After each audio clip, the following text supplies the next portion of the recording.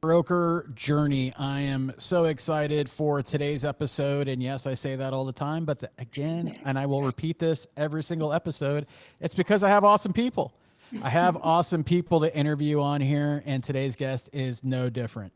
I actually got to meet Jen for the first time in person in Las Vegas at NAM, and just talking and listening to her talk for like 5 minutes. I'm like, this is my type of LO. Like these are the type of people that I love to work with and be around in the industry. No nonsense, and you'll get to hear that from Jen herself. But I want to thank everyone out there that shows support to the broker journey, and I am truly blessed to be able to do this and just talk to amazing professionals in the mortgage industry. And without further ado, I'd like to introduce today's guest, Jen Conley. Jen, welcome to the show. Hello, how are you? I am doing great. Thank you for taking time to join me today. Oh, not a problem. I'm happy to do it. Awesome. All right. So, for those that may not know who you are and haven't experienced the awesomeness that is Jen, go ahead and introduce yourself. So I'm Jen Conley. I am in Ohio, in Southern Ohio, in a really small town. We have about 22,000 people. It's called Chillicothe. So we have a lot of Indian heritage here, Native American heritage here. And Represent. you need to come because we actually just got a World Heritage Site that is amazing. I don't know if you know Skylar Wallace. Do you know Skylar? Yeah. Yep. So Skylar's grandmother actually over 20 years ago started the journey to get the World Heritage designation for Nice. this place in Chillicothe. Yeah. Okay. So we were doing a podcast and I was like, oh, we're doing this thing, World Heritage. She's like, no way. Like my grandma started that and she was here at the dedication. It was so cool. So, but anyway, so I'm in a small town. I've been in the business almost 20 years. Went through all the highs, all the lows, the worst and the best. And I just have been through a lot. Yeah. So I've tried lots of different things. I have had a lot of things fail. I've had a few things work. And when I find out that they work, I just continue to do those until I can't do them anymore. Gotcha. So I want to start here. So yeah, because there's a lot of different things that we discussed in Vegas, and there's one that I definitely want to talk about because I think it's important for loan officers to hear. But let's rewind back to kind of a year ago, right, as we're going into 2024. Talk about how you've approached your business. Maybe it's the same, maybe it was a little different, but how have you approached your business coming into 2024 coming in? So I want you to kind of rewind and take a look back of like where you were when you came into 2024, and then what does it look like today? So I was not in a good space when we came into 2024, and it was not necessarily because of my business, but the company I had been at for over 10 years had gone out of business.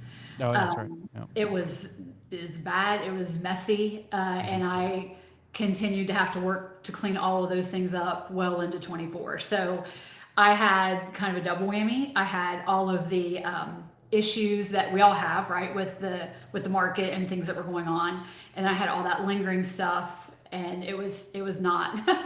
I was not looking forward to 2024 by any stretch of the imagination. So, but I had to continue to do what made the phone ring. So, we went through 22, 23, just like everybody else.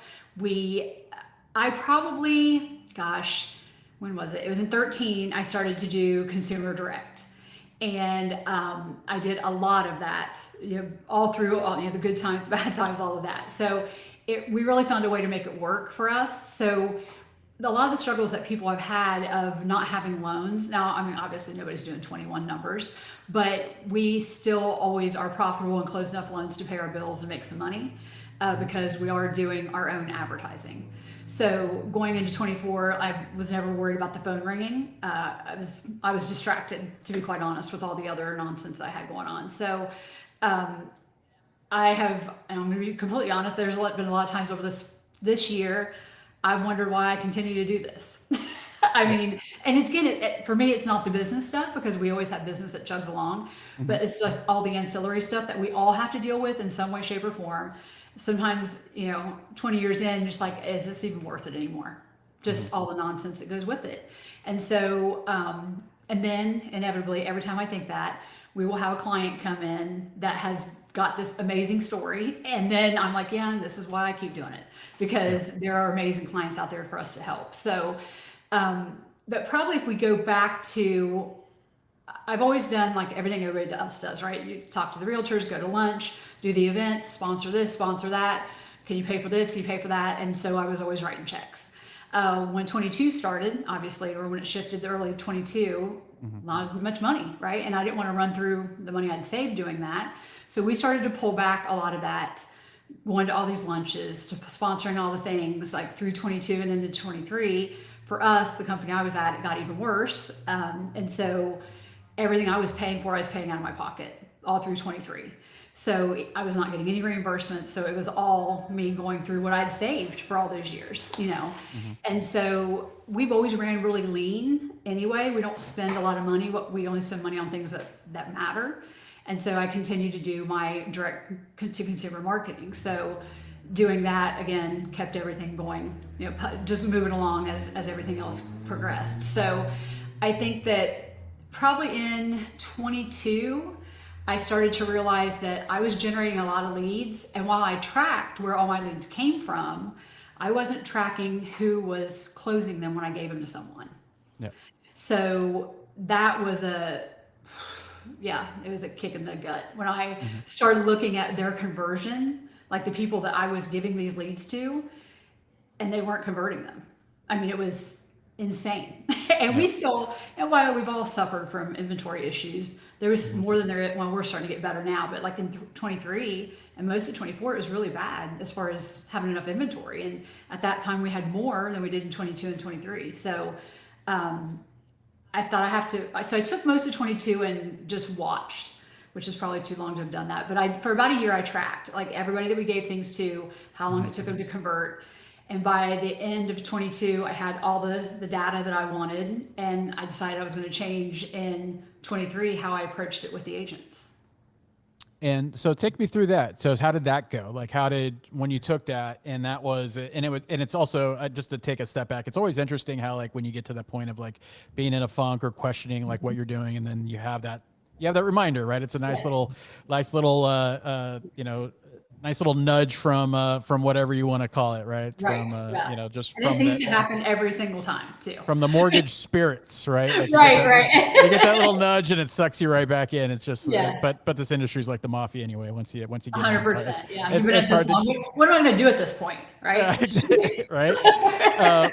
But so take us through that change, right? Because so it's right on. And because I just a quick aside, because of someone that has seen it firsthand, just from a different perspective of loan officers getting leads or giving leads to agents, but knowing that the loan officers is just a handoff.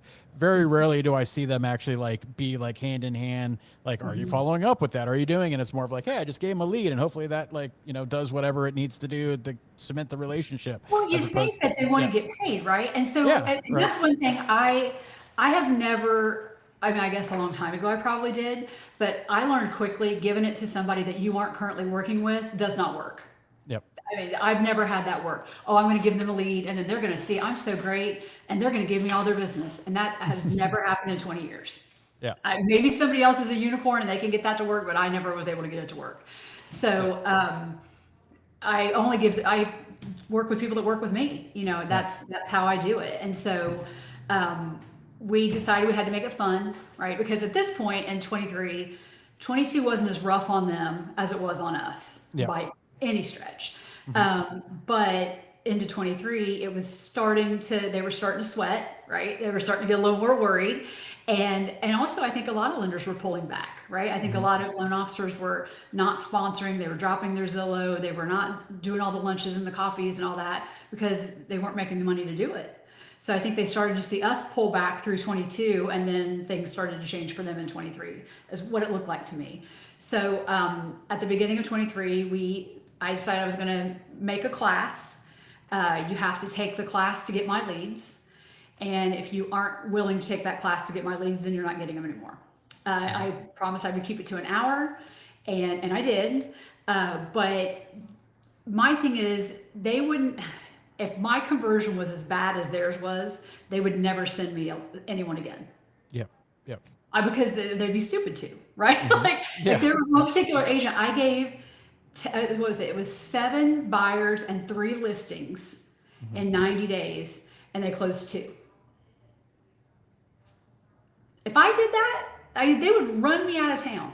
Like, Yeah. right? Like Yeah. it was, and after they're approved, right? At this Hmm. point, and that's something too that you have to realize if you're doing consumer direct.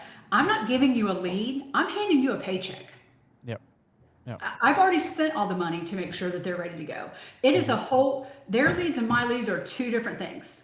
They Yep. are not the same at all. Yep. So and I treat it that way, and I tell them that too. Like it is a completely different ballgame what I'm giving you versus what you're giving me. Not that I don't appreciate what they do, and I don't personally want them pre-qualifying people because Yep. they can't. Hmm. So I don't want them to do that and send me. I've never found that agents pre-qualify people and it be right. Be right. Like they can't pull their credit. They can't, like they don't know what they're doing, what to Exactly. do Yep. anyway. Yep. They cannot pre-qualify people. And I've been, like I said, doing direct to consumer since 13, Hmm. and the the approvable versus non-approvable is no different. I mean, maybe there's somebody out there that has like these great agents that they get only good credit and good income people. I mean that's just not what I Hmm. have found over the years. So Yep. it's the same. It's the same amount of people that can be approved versus can't. So I don't know why I would not do consumer direct when it's the same. To me, it's I want to be equal. I don't Hmm. want to be feeling like I'm asking for something. And I'm not saying that to say that if you only get referrals from agents that you are begging. I'm not saying that at all. You can have good relationships and that can be a great thing for you. But for me, how I am wired, I want it to, I'm very much, everything has to be equal. And I don't want you to feel obligated to me, and I don't want to feel obligated to you. I want it to be a true 50-50 thing. So Yep. for me, doing this way was much better emotionally for me, to be quite honest. So we made this class, and it was you have to take the class to get them. There, I started out with people that we worked with all the time, Hmm. and we kind of went through a whole thing. We made it fun, like we made it kind of like a dating thing, and Hmm. everybody has a role, and we just called them like funny names, like love names. It was all about love because we did it in February around Valentine's Day, so it was Gotcha. all about love.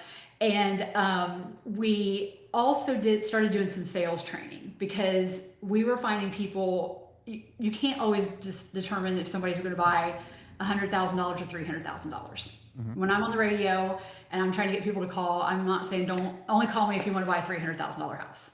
Like I obviously I'm not doing that. So Yep. Yep. we were seeing that people that were approved for less were not getting the attention they deserved. I believe every single person deserves to own a home, and I believe every single person can own a home if they're willing to put the work in. Yep. So that is something that is really, really important to me to make sure that everyone gets equal treatment. Hmm. And let's just be honest, on both sides, everyone doesn't get equal treatment, Yep. typically. Yep. So I have been on the lower end and I have been on the higher end. And I know the difference because it's happened to me personally. So Yep. I swore I was never going to do that in my business. So we did sales training with them. We did role playing with them to teach them how to talk to somebody that says I can do 100 versus I can do 3.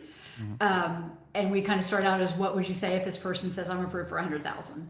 Hmm. And so at first it would start out as haha, and they would say something not great, Yeah. and we're like, yeah, no. Yeah.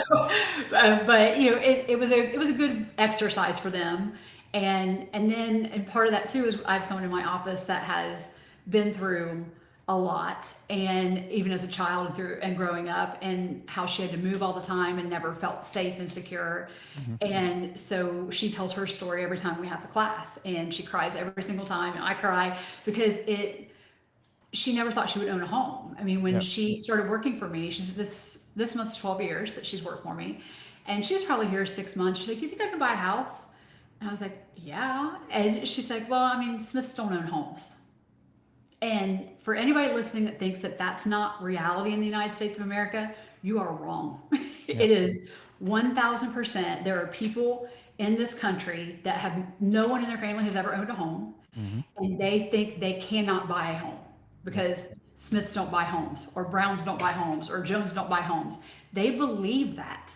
Yep. And to me, that is part of my mission, is to make sure that people don't believe those things anymore. And so I think that that is something that we all should be. I mean, obviously HUD has a big initiative for that. Fannie and Freddie have a big initiative for that, for first generation home buyers. Whether you like what they want to do or don't want to do is besides the point. It's a reality in the United States, no matter where you live, that there are those people. So I think that people don't think enough about that. They don't think enough about what buying a home does for you emotionally. We all know it's a good financial investment, but people don't talk about what it does for you emotionally. And I hadn't really thought about it either until the person that works for me said that. And I'm like, I lived in the same house my entire life growing up. My parents had that house forever. They lived there for, my mom moved after my dad passed away, but they lived their whole marriage in the same house. I never felt unsafe. I never felt insecure. I never felt like something was going to be ripped out from under me because they owned their home. And I started thinking about my friends growing up and how like their lives have been and how mine has been. And while I've had hard times, I still never lost that. And some of them did. And I started thinking about how much they did move and how there was a lot of chaos and a lot of insecurity and being unsure in their home. And that's when it clicked for me. I was like, it absolutely makes a difference in a child's life if they have a home that you own. Whether you think it does or not, it does. And so that has been a large part of my marketing too, is talking about those things versus just the financial side of it, because everybody knows it's a good idea. Yeah, and I think that's important, and we all lose sight of that. And that's one of the things that I always talk about is that, like, hey, when we do our jobs right in this industry, like, we could change people's lives, and we don't, because we always like to think that, like what you said, like, hey, Jones don't own houses, right? Like, Yep. you know what I mean? Like that mentality. Some people don't understand that. Some people don't, and I've seen it. I grew up in that, right? And even though we're in the mortgage industry, of a family, like my mom came from as poor as you could think about. Same with my dad, straight off the reservation in Oklahoma, and so like it's a real thing, right? Like it's a real thing, and understanding that is the connection you're trying to make. But it's also, I think, as part of your training with them, is to get agents understand that like this is like real true stickiness that you can plug into, and it's important. So I like the fact that how you framed it is a couple different things, right? So a few things to unpack, and then I want to get to the radio show that you do, but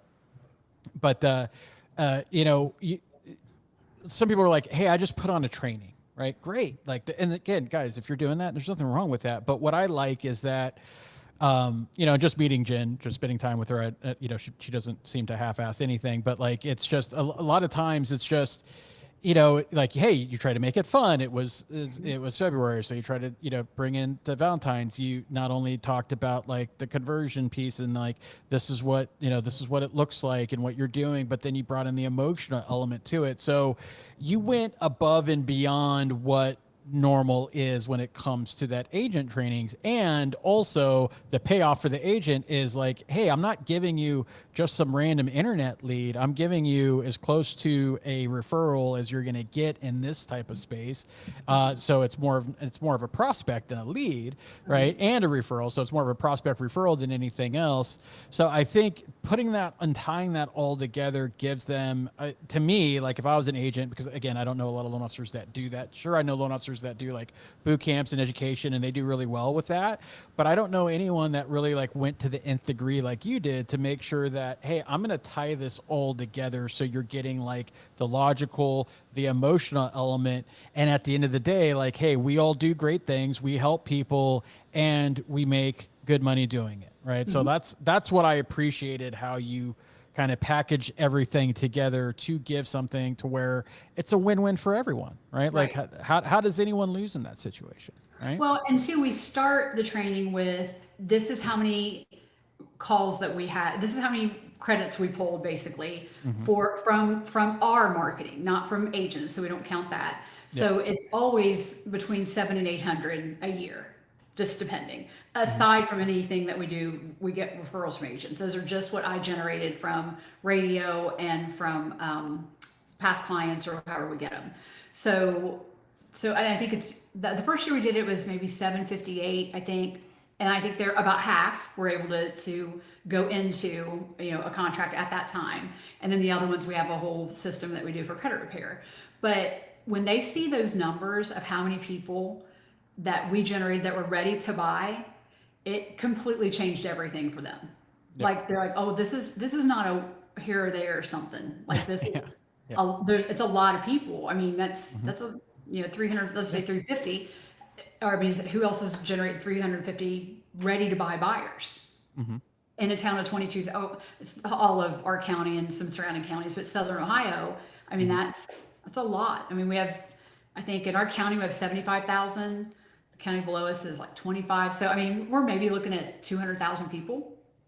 And they're not all hearing the radio. So, that's just who hear on the radio and then past clients. So when they start looking at those numbers, like that's a lot of people, that's a lot of opportunities that they're getting a chance at that nobody else is getting a chance at. So, and they don't have to do the work to get them. Because we all know filling the funnel is the hard part, right? Like everything else is just mechanics. Filling the funnel is the hard part. And it's just as hard for them as it is for us. And I think that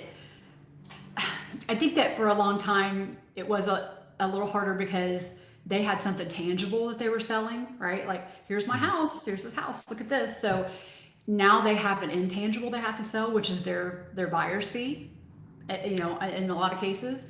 And I think there are a lot of them struggling with that. Like, we've always sold intangible, right? We're never giving anybody something they can put in their hand. So that's the only way we've known how to sell in this business. So for them, I think that's been a real struggle, and that's where you see them struggling right now.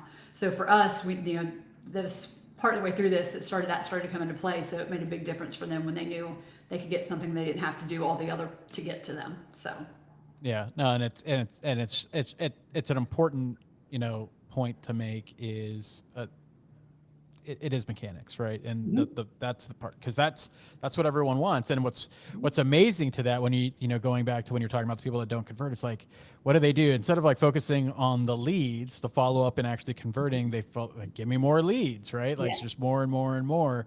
And I also want to point out something that you said is when it comes down to it, and there's a lot of loan officers. It's not about what business is better or not, but I will tell you this, and this is fact. It is never a good business model to be dependent on somebody else, depending on someone else when they decide they want to prospect, decide when they want to do business, decide who they want to give leads to. Like so there's no one, not even Rick Ruby, is going to convince me that depending on agents is going to be a good business model long-term, because I'll tell you, right? I saw so many like, hey, I'm 90% agent. And that was great the last decade. But when inventory fell off a cliff, I knew so. And guess what? When you were agent dependent, your business fell off a cliff as well. And then that 90%, now you got that 10%, you didn't know how to do business any other way. And now like you're up against it, and you're not the only one competing for that agent's attention now, right? Because we had a lot of agents that left the business. And so now the producers are already, ready to go. So I just want to make sure everyone understands that it's not about like what model's better or not, but I will say it is always best to never, to create your own destiny, create your own luck, create your own success, and not be dependent on someone that's human, that may or may not care about whether what they're doing affects anybody else. well, I'm going to tell you something else. I 1000% believe that the public is less fickle than agents. I mean, I've just found it to be true. Like, I have had agents stop using me for literally, I don't know why. Like, I mean, and I'll ask. Like, if I did something, like, I want to be better. Like, I'm not saying you have to send me more business, but I would like to know what we can do going forward and to be better. And like, well, this person just offered me this, or this person, like, okay, but you don't even know if they can close deals. Like, and especially I think too, when people get desperate, right? Like when inventory goes down and their sales are down and somebody offers to pay for anything, or, I mean, people get desperate and they'll believe anything that they're told. That they're just humans. They're still just humans at the end of the day. I don't care how successful you are as an agent. At the end of the day, if you are in a bad situation and your inventory is down, your sales are down, and you've got to make your car payment, you're going to believe the whatever somebody tells you that gets you to where you think you want to be. That's just human nature. Yeah. Unless you're me and you don't believe anything anybody says. So the only person I can count on is me. So I mean that's a me thing. But I think that that's something that we all have to realize. Like sometimes it's just that they're offering to give them something that either you can't give, you aren't willing to give, or that they're really not going to give, but they're willing to take the chance to try to get something because they're in a situation where they need to. So I think that's something that you have to realize, that we're all just humans and they're trying to survive. And I think that, it's always this way, right? Like I feel like we always see when things start to go bad first. We just do. And then because we see investors, they start to pull back or they start to make guidelines harder or whatever reason, we know what those indicators are because it's been in a long time. You've seen them many times before. And then their agents don't see it this is proof of it. This is a real-time proof, right? Like it started at the end of the first quarter of 22. That's when everything started to go sideways. And the margin started shrinking, like all those things started like around April, I think, of 22. And then it continued to get worse through that year. But they were still just pretty much fine, right? Like they were still just plugging along. Rates were up a little bit, but they still weren't unreasonable. And then in 23, it started to get worse for them. And I think through 24 has been even worse. So they're at least 12 to 18 months behind us, I feel like.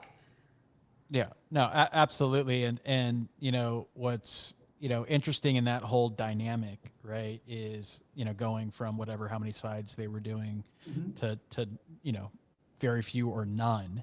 Right. But to the point of not understanding like kind of what's going on, like, cause they're behind is I remember, not that it was a super long time ago, but when the NAR settlement happened and whatnot, and we were starting to do like webinars and just agent education, and that was like the trend, everyone wanted to jump on it, which I think was good because it was going to grab attention. So, but it was amazing to see how many agents didn't even realize that was even going on, right? Like it wasn't even a thing for, like, they didn't even know any of this stuff, right? And so it was amazing to me.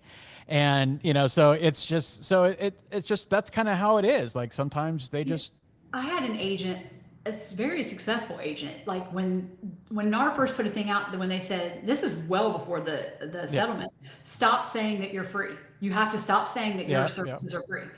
He didn't know anything about it. Yeah. I'm like, what? How do I know that NAR said that and you don't know? And then as it progressed, this was the funniest thing ever. So the settlement happens, right?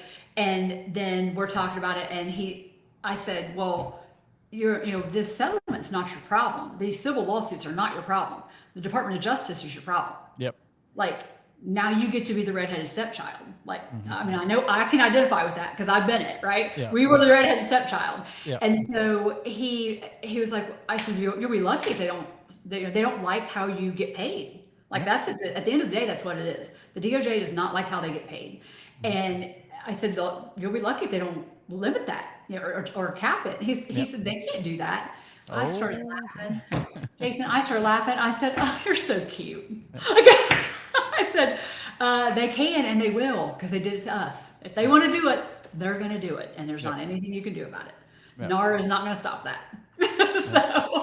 So yeah, it was, they just, I don't know what it is. Like everybody thinks, I guess, they're untouchable. I guess you go back to 2008, we all thought that they couldn't do it to us too, and they did. So, the government's always going to do what the government wants to do. So that's a whole nother whole nother. Oh, that's a new podcast. That's the new one. Yes. We'll launch that one together, right? Like Right. We'll do that. So, one thing in Vegas. So before we get to the radio, because that's kind of where I want to wrap up with, because I really wanted to for people to kind of listen to that.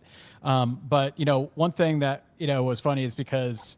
As we talked about, like I'm a contrarian, so I like anything that's just different. But one thing that, we were talking about is how you mentioned a little bit like about you paying for all that stuff, but you pulled back on all of that, right? Yes. And you're just like, I'm happy to support and do what I can, but like I'm pulling myself out of what every loan officer does just to pay for the pleasure of your company, right? Yes. And so we don't do any of that. And did I lose business? Probably.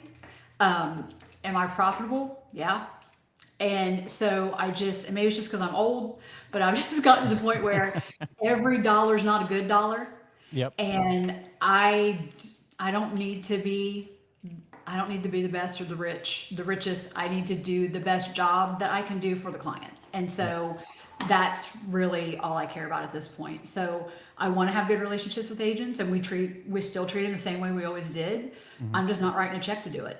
Yep. And I'm just not going to. So, no. Love it. All right, so let's talk about the radio show. Tell me, because that's, you get, how is that set up for you? And then tell me about like just how you're using that to generate business for yourself. Okay, so I started doing that in 13, and I started out with just doing, I do 4 live spots a week, and then I do like 15 30-second spots. So the live spots are with the DJ, and I tell a story of a client.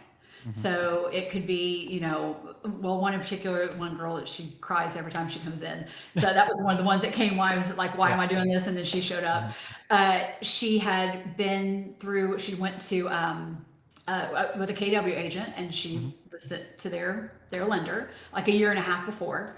And they went through all the things. They paid things down on their credit. They sold things to come up with their down payment. Like they've sold all kinds of stuff. They had their whole house packed up. They get to the day before closing and they tell them that they're denied. So I told that story that she did that. She waited close to a year. She kept hearing me on the radio every day, and she's decided she was just going to call and see what would happen. And like, she cried when she did her application because she was still so upset from before she had all these boys that she was raising, and they were so excited. They had their rooms picked out, and then they had to tell them that they couldn't move. And so she didn't want to do that to them again. And she was scared to even apply. She had to do a little bit to her credit. So I just tell that story. They went there, they got denied, the day before closing. She waited a year to call us. She called, we went through, she had a plan. I always say, I don't have a no file. I may say not right now, but I'm never going to tell you no, because everything is fixable. Sometimes it takes time, sometimes it takes money, it just depends, but we give everybody a plan. So we gave her a plan, we gave Whitney a plan, she worked that plan. We told her it'd be probably about 6 months, and in 3 months she closed because she worked her ass off because she wanted to get it done. And so, I don't want to say ass on the radio, but I'll say it on the podcast, but she, so I just tell stories like that because every single family has a story. Yep. It's either that, they rented a really long time, or, their family was expanding, or they were getting divorced, or whatever it is, right? They were buying an investment property, whatever. Cash out is a great one, a great story to tell. You save them this much money, or I've been focusing a lot too about equity, because people think that, if I refinance, I'll lose all my equity, which is not going to happen. We all know that, like, those loans are gone. So I talk about, they got this much equity out to pay off debt or whatever, but they have this much equity left. So you're never going to get rid of all your equity by refinancing. So I started to tell those stories a lot. If they get down payment assistance, I talk about that. We talk about their agents getting them seller concessions. If it's an agent that we work with all the time, I will mention their name on the radio. They get a free shout out, if they did a great job negotiating the contract. And so I do those every 4 days a week. And then 1 day a week, I do a radio show with a broker. And we've been doing that for, I think, 7 years now. So we just take turns, whatever topic one of us wants to do. And then the other one chimes in, like the peanut gallery. And it's a lot of making fun of each other. I think that's really why people listen to it more than anything, is to listen to us talk, make fun of each other. But we do that every Monday at 4:00, and we do like 4 or 5 spots in that hour, and with music in between. So it's not just an hour of us talking, because nobody wants to hear that. And we've been doing that for a long time too. And that's where we get all those leads from, and also our past clients too. We get as much from past clients as we do from agents. Yeah, love it.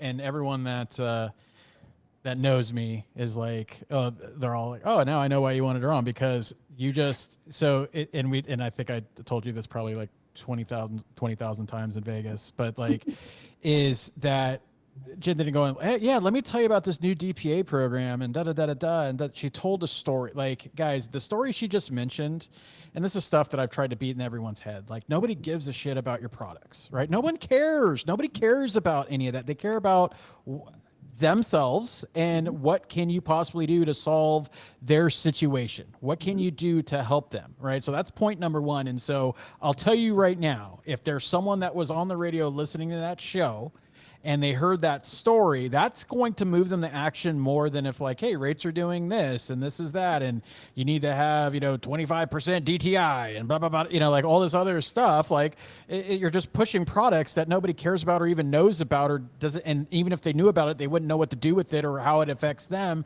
But candlestick charts have never made somebody apply for a mortgage.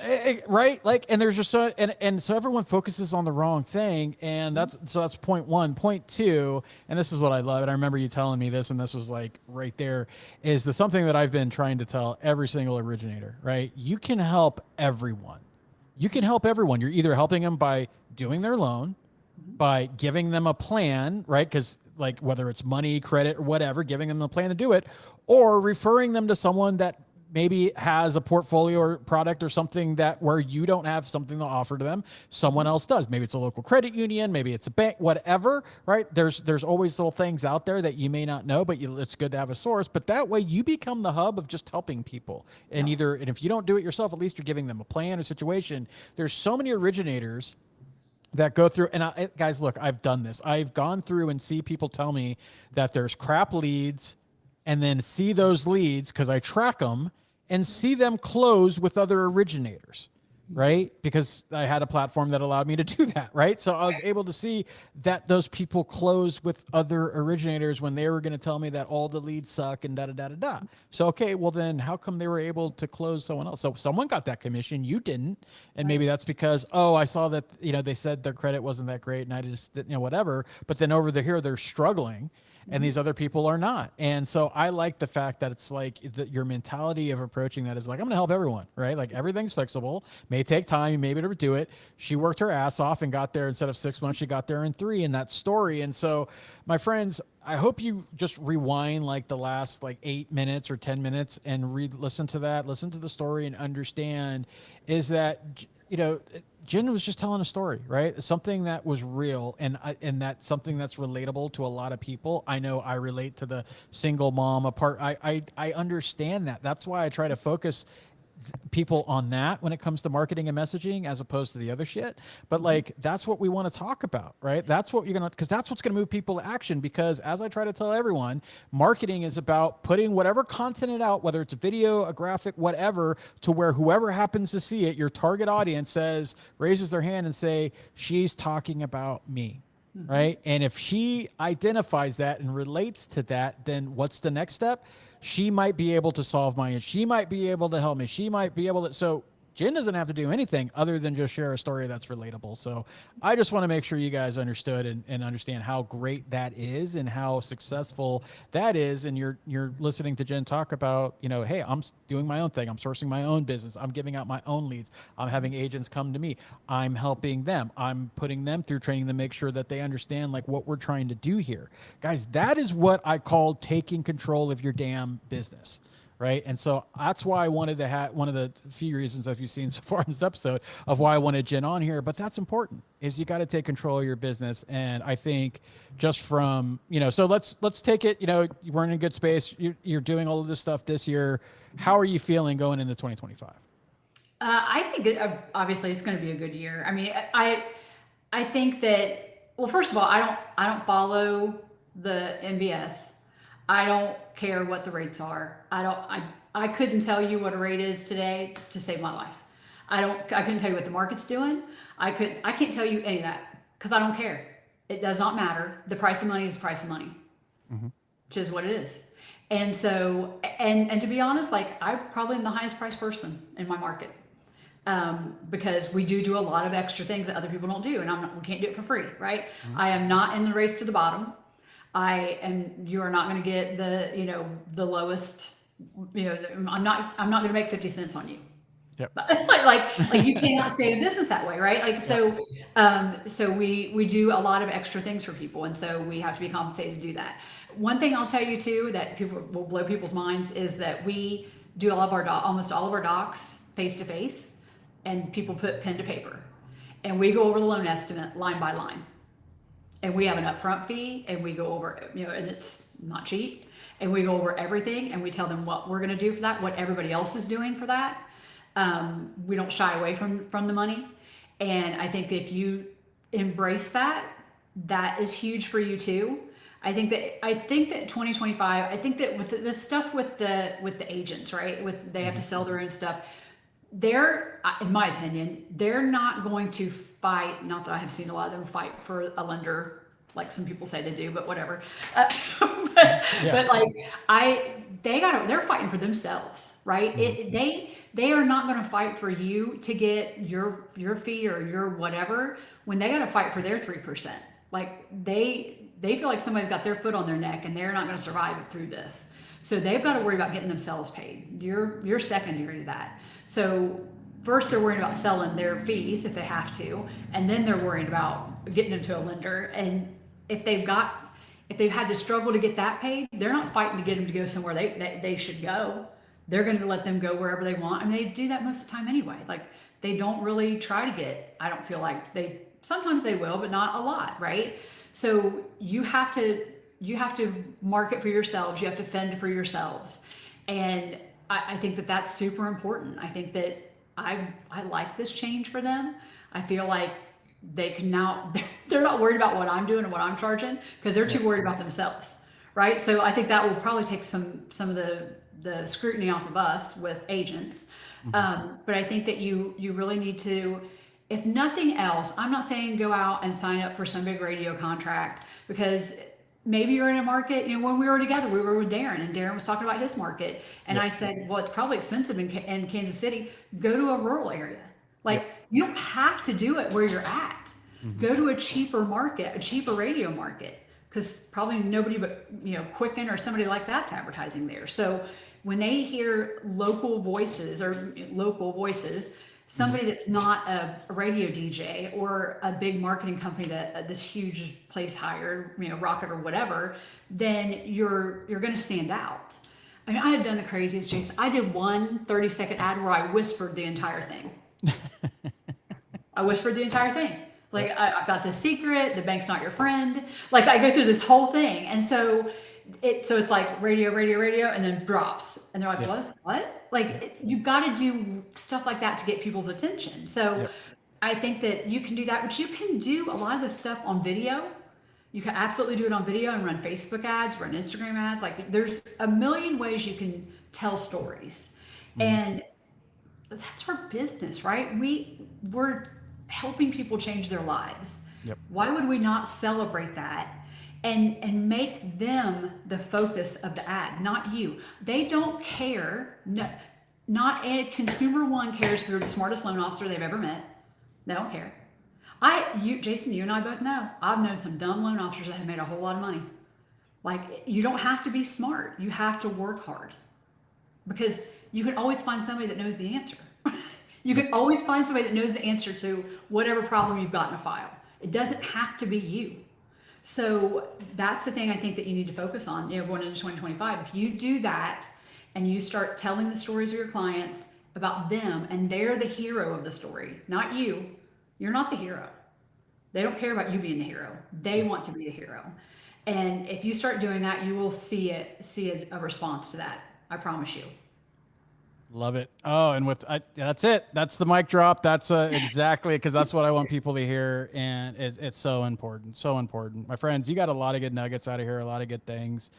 Jen, I want to thank you so much for taking time out of your day to join me and share your story and talk about the industry. And this is what I want people to hear, because it's different, right? It's different, and we need that. We need different in this industry. And I'm telling you right now, it doesn't matter what market you're in or what you're trying to do.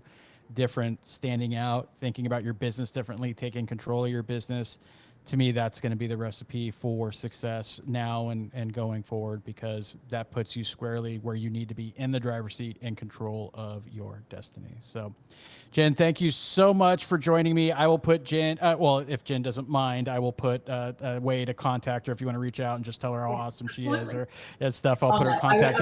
Anybody that has questions or wants to hear what we're doing, like, I can give you links for that and you can put it up. And perfect. Yeah, we'll all go in the show notes. Can't wait. This one's gonna be a doozy. So thank you again, Jen, for joining me. My name is Frazier. I am the host of this awesome podcast that was created just for you and you only, the originator. So I hope you all have an amazing day, an amazing week, and we'll catch you on the next episode. Take care.